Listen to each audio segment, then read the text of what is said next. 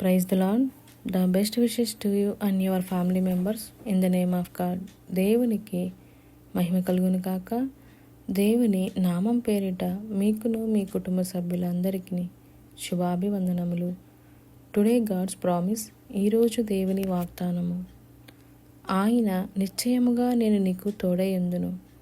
నిర్గమకాండము 3వ అధ్యాయము 12వ వచనం. And he said, Certainly I will be with thee. Exodus 3 chapter 12 verses. ప్రియమైన సహోదరి సహోదరులారా, ఈ ఉదయకాల సమయంలో దేవుడు మనందరితో ఈ వాగ్దానం ద్వారా మాట్లాడుచున్నాడు. అదేమనగా ఆయన నిశ్చయముగా నేను నీకు తోడైయుందునని మాట్లాడుచున్నాడు. మోషే గారిని ఒక ప్రత్యేకమైన ప్రణాళిక నిమిత్తము ఎన్నుకొని ఫరో రాజు దగ్గరికి పంపించుటకు దేవుడు కావలసినంత ధైర్యాన్ని, ఆయన శక్తిని మోషే గారికి అనుగ్రహిస్తారు.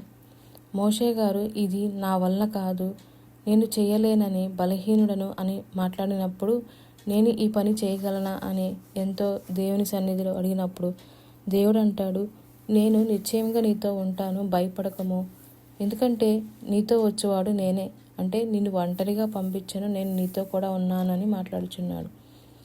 ఎప్పుడైతే దేవుడు ఒక పని నిమిత్తం మనల్ని ఏర్పాటు చేసుకుంటాడో, ఆ పని నిమిత్తం మనం వెళ్ళినప్పుడు తప్పకుండా మనం దేవుని శక్తి మీద ఆధారపడాలి. ఆయన మహిమ కోసమే మనం ముందుకు కొనసాగితే తప్పకుండా దేవుడు మనతో ఉంటాడు. ఆయన పంపిస్తున్నాడు కాబట్టి ఆయన చిత్త ప్రకారము, ఆయన పని నిమిత్తం మనం ఎప్పుడైతే బయలుదేరి మనం ఆ యొక్క పనిలో ముందుకు వెళ్తామో దేవుడు ప్రతి విషయంలో ఆదుకుంటాడు. దేవుడు ఇక్కడ మనం ఏ వ్యక్తి మీద ఆధారపడకూడదు, కానీ కేవలము దేవుని యొక్క శక్తి మీదే మనం ఆధారపడాలి. అప్పుడే దేవుని యొక్క శక్తి మనకి తోడై ఉంటుంది, దేవుడు మనకి తోడై ఉంటాడు. కానీ ఆ వాగ్దానము మనం స్వతంత్రించుకోవాలి అంటే దేవునికి ఆ విధమైన జీవితాన్ని మనం ప్రవర్తనను ఉండాలి.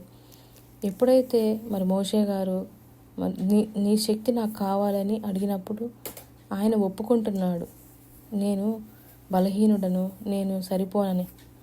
కానీ దేవుడు అంటాడు, ఎప్పుడైతే మీరు పిరికితనంగా అసంపూర్ణంగా ఉంటారో, అంటే మన సొంతంగా నేను ఇది చేయగలను అనే ఒక ఆలోచనతో, స్వయం శక్తితో ఆధారపడి ఉన్నప్పుడు దేవుడు ఆ యొక్క పనిలో ఉండడు. ఎందుకంటే అది మన స్వశక్తి మీద ఆధారపడి ఉంటుంది కాబట్టి.